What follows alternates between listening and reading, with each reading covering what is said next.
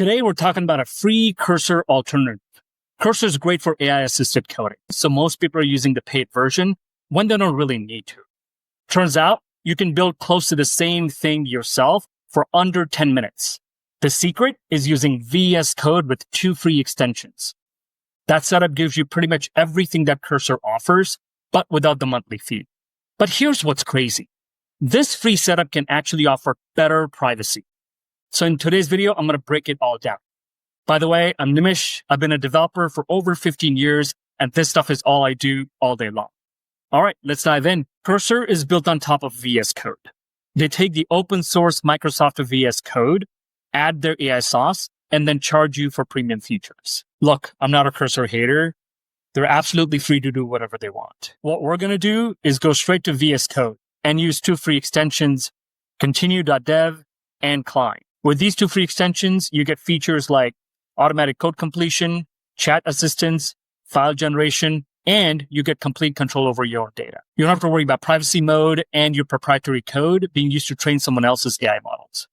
And all of this for the unbeatable price of $0. Next, I'm going to show you how to set it all up. So stick around till the end. First, let's download Visual Studio. If you haven't downloaded Visual Studio, go to code.visualstudio.com and click the download button. Next, go to Ollama.com. I'm going to put links to all of these in description.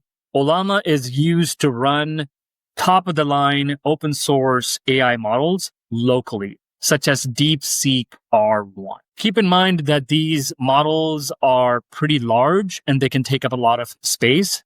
So make sure to have enough space and enough resources on your local computer. Once you're in VS Code, let's go ahead and install our extensions. So go to the extensions icon here, and now let's search for continue.dev. Once you have that, go ahead and install it. Once you've installed continue, let's search for Cline, C-L-I-N, Cline, and install that as well. Now that these models are installed, let's configure them to use our LLM. Click on continue.dev and go to the cube icon up top right here. Click on the cube icon, and this is where we're going to be configuring our AI.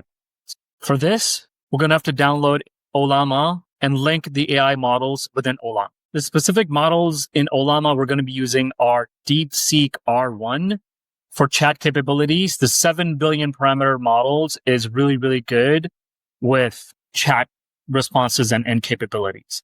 And for coding, let's search for qwen 2.5 coder. The 1.5 billion parameter model is sufficient as it gives you really good code completion capabilities. You don't even need to go any larger than that. 1.5 billion parameters will give you what you need.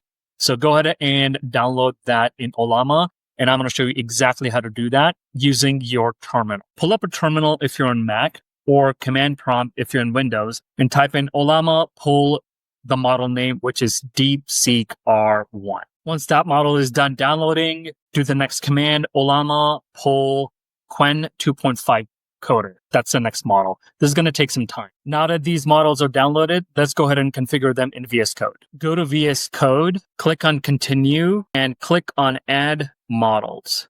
Once you're here, we're going to be adding the model configuration here. Add the name of the model, the provider, and the model name, and save this configuration. Once this is saved, you will see the Deepseek R1 model show up. Next, we're going to do the same configuration for qwen.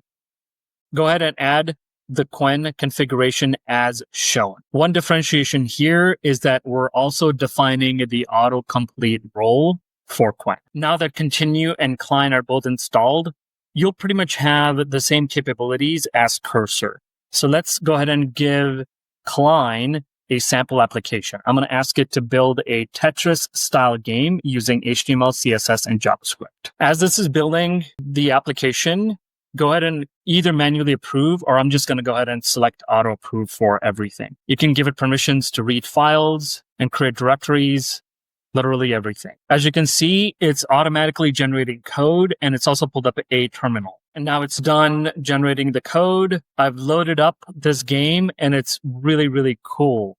So let's start playing this game. This is awesome. Wow, this is phenomenal.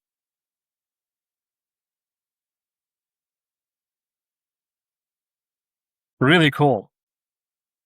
Awesome. So that's it. This is a high-level overview of how to use VS Code and free open source extensions to completely replace Cursor. If you like this video, if you got value out of this, please like and subscribe. Thank you.